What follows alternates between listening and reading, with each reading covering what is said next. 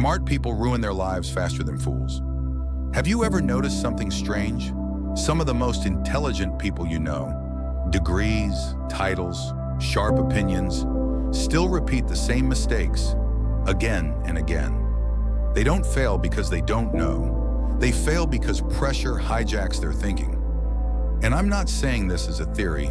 I've spent years studying Stoicism and listening to people right after they destroyed something they cared about. Over the last few years, I've studied Stoic philosophy daily, and I've listened to real people, friends, co-workers, strangers, describe the exact same sentence after ruining something they cared about. I knew better. Here's my first question for you. Honestly, when pressure hits you, do you think or do you react? Write your answer in one word: think or react. A few years ago, I watched a man lose everything in less than 5 minutes. Not because he was uneducated, not because he lacked experience, but because in a moment of stress, he trusted the wrong thought. One email, one assumption, one emotional reply, sent in under 20 seconds. And by the next morning, the meeting was scheduled. By the end of the week, the role was gone. By the end of the month, his marriage was strained because he carried that shame home. That moment stayed with me because it revealed something brutal. Smart people don't self-destruct from ignorance. They self-destruct from undisciplined judgment. The Stoics didn't chase intelligence the way we do today. They didn't ask, how do I sound smarter? They asked a more dangerous question: how do I stop being ruled by false beliefs? So in this video, we're going to slow down. No hype, no productivity tricks, no intellectual flexing. Just 8 Stoic principles to become smarter.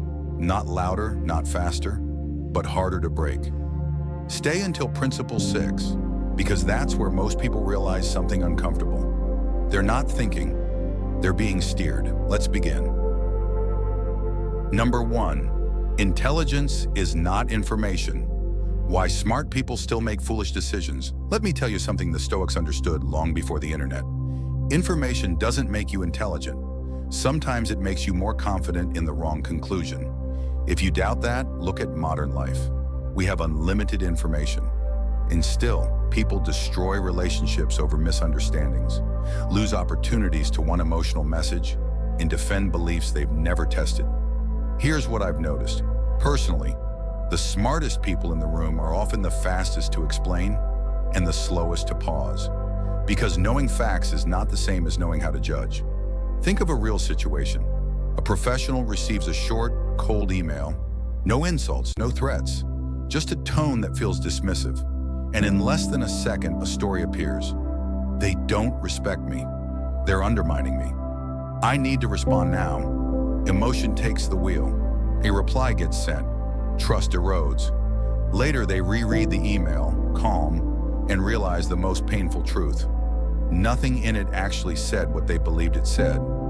Everyone knows better. Almost no one does better. The Stoics called this confusing impressions with truth. Marcus Aurelius warned himself, don't be carried away by appearances. Here's the trap modern culture misses.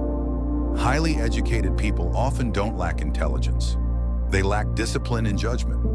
What do you think is more dangerous, being uninformed or being certain without checking?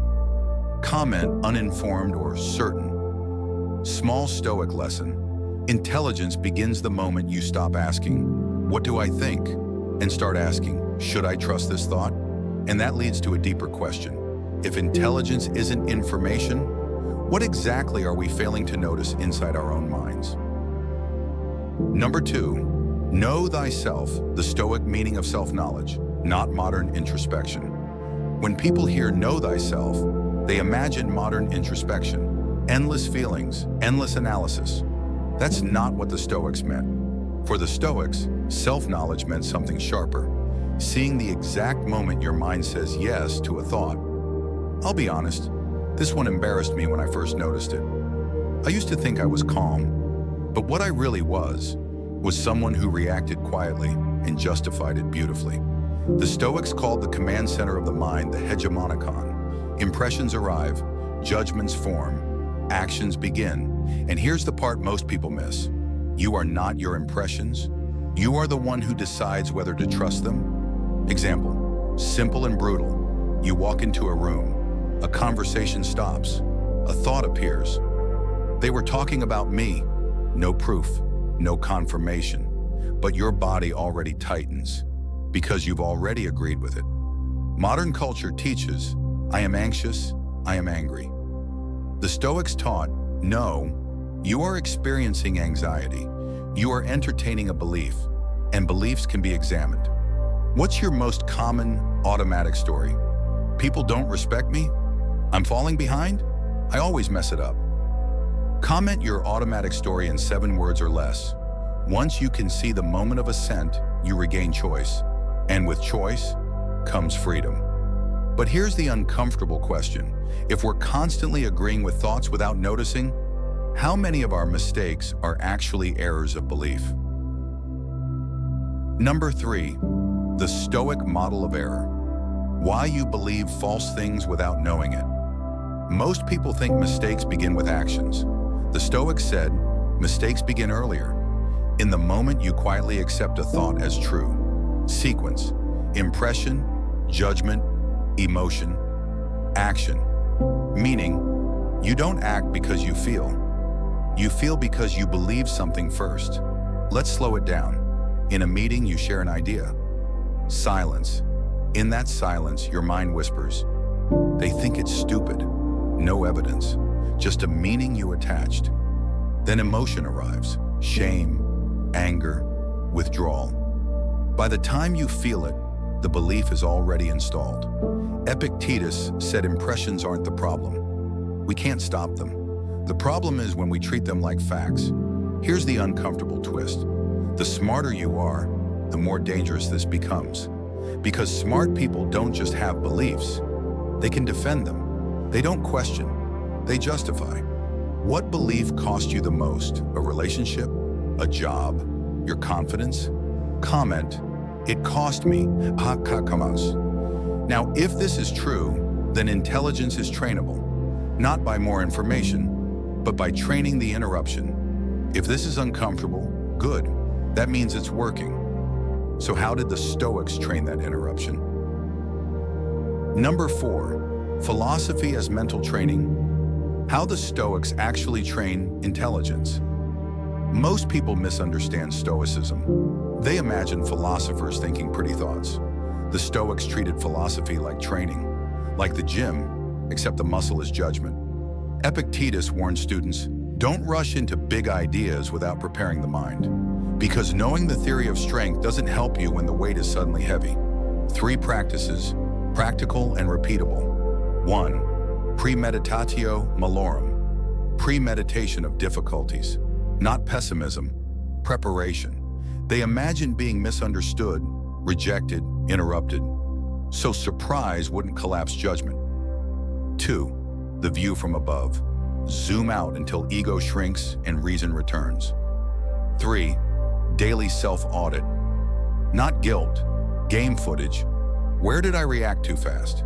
Where did I trust an impression? Tonight, do a 60-second audit. 1 question, where did I react instead of think? If this is uncomfortable, good. That means it's working. Comment audit if you'll do it tonight. But training isn't only exercises. It's also what you become dependent on. And nothing makes the mind more dependent than comfort. Number 5, deliberate discomfort. Why comfort makes you mentally weaker.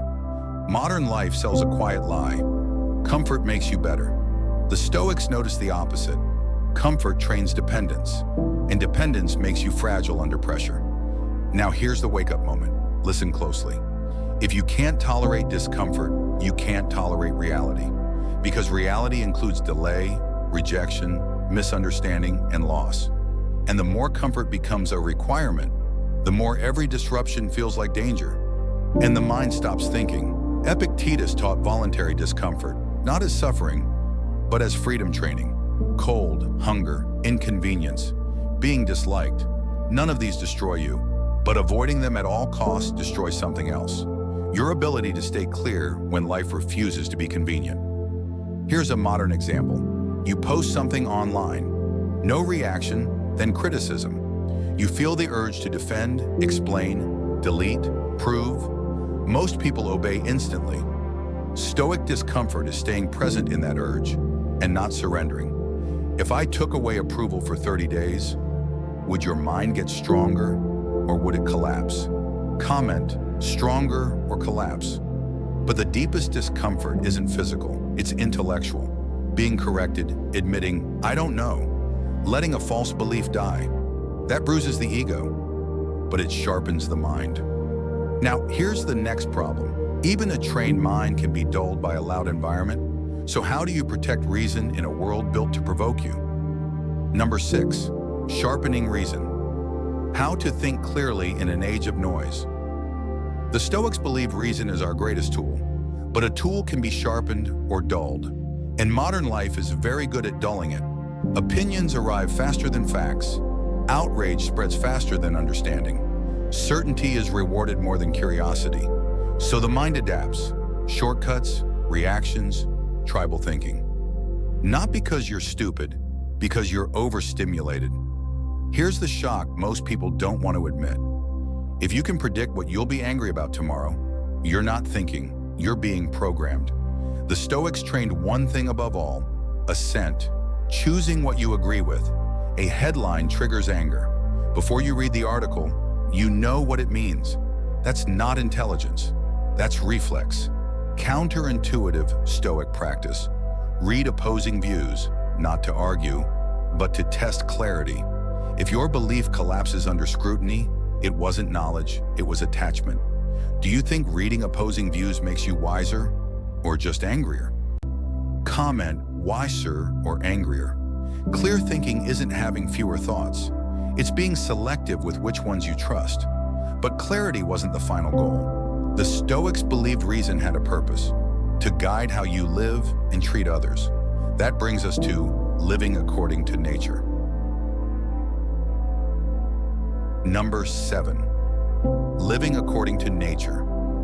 Intelligence beyond the individual ego. When Stoics said live according to nature, they didn't mean mystical vibes or escaping to forests. They meant alignment with reality, cause and effect, interdependence, consequences. And here's the uncomfortable Stoic claim. Intelligence without virtue isn't intelligence, it's cleverness.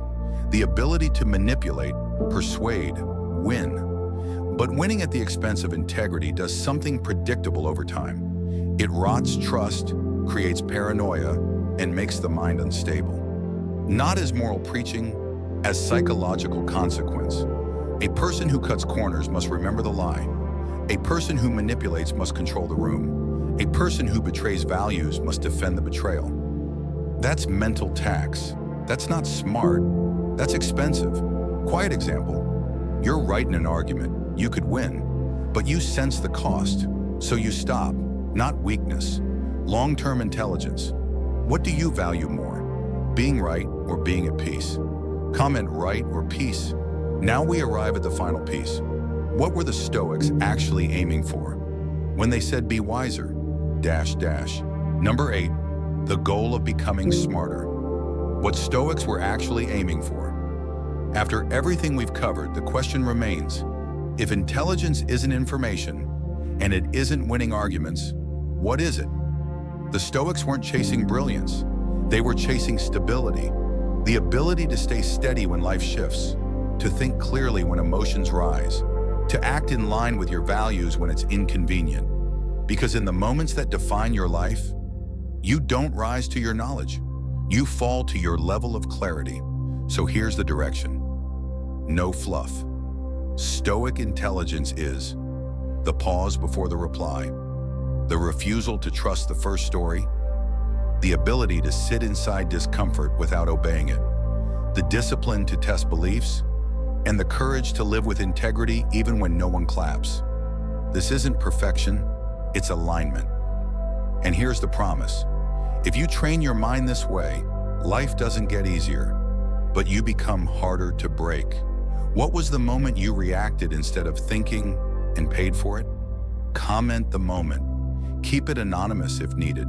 If you want, I'll make a part 2. 8 Stoic rules to stay calm under provocation without going numb. But only if you comment one word, clarity. Comment clarity for part 2. True intelligence isn't knowing more. It's staying unshaken when life tests you.